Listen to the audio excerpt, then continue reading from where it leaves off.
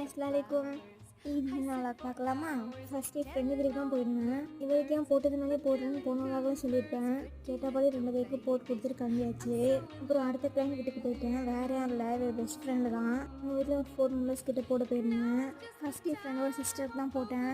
அவங்களுக்கு போன வாட்டி மேரேஜ் ஃபங்க்ஷனுக்கு பிரைட்ஸ்மேட் மெஹந்தி ஒன்று போட்டு விட்டுருப்பேன். அதே பாலே போடுங்கன்னு சொன்னாங்க. அந்த ஃபோட்டோ தேடணும், அதை காணும். சரின்னு சொல்லிட்டு வேறு டிசைன் காமிச்சாங்க.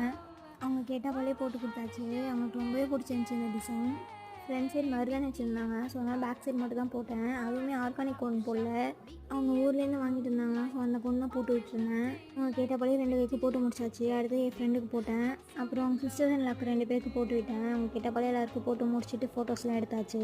10 மணிக்கிட்ட தான் வீட்டுக்கு வந்தேன். ஏன்னா பக்கத்து தெருவில் தான் போய் போட போயிருந்தேன். வீட்டுக்கு வந்துட்டு செம்ம டயர்டு, அதனால் எனக்கு போட முடியல. இல்லை எங்கள் அக்கா பையன் எல்லாருக்கும் போட்டு வரல, எனக்கும் போட்டுன்னு சொல்லிட்டு கேட்டான். சரி அவனுக்குமே 2 கையில் போட்டு விட்டேன். இதை போல் உங்களுக்கும் ஹேண்டி போகணுன்னா என் பேஜை ஃபாலோ பண்ணிட்டு எனக்கு டிஎம் பண்ணுங்க.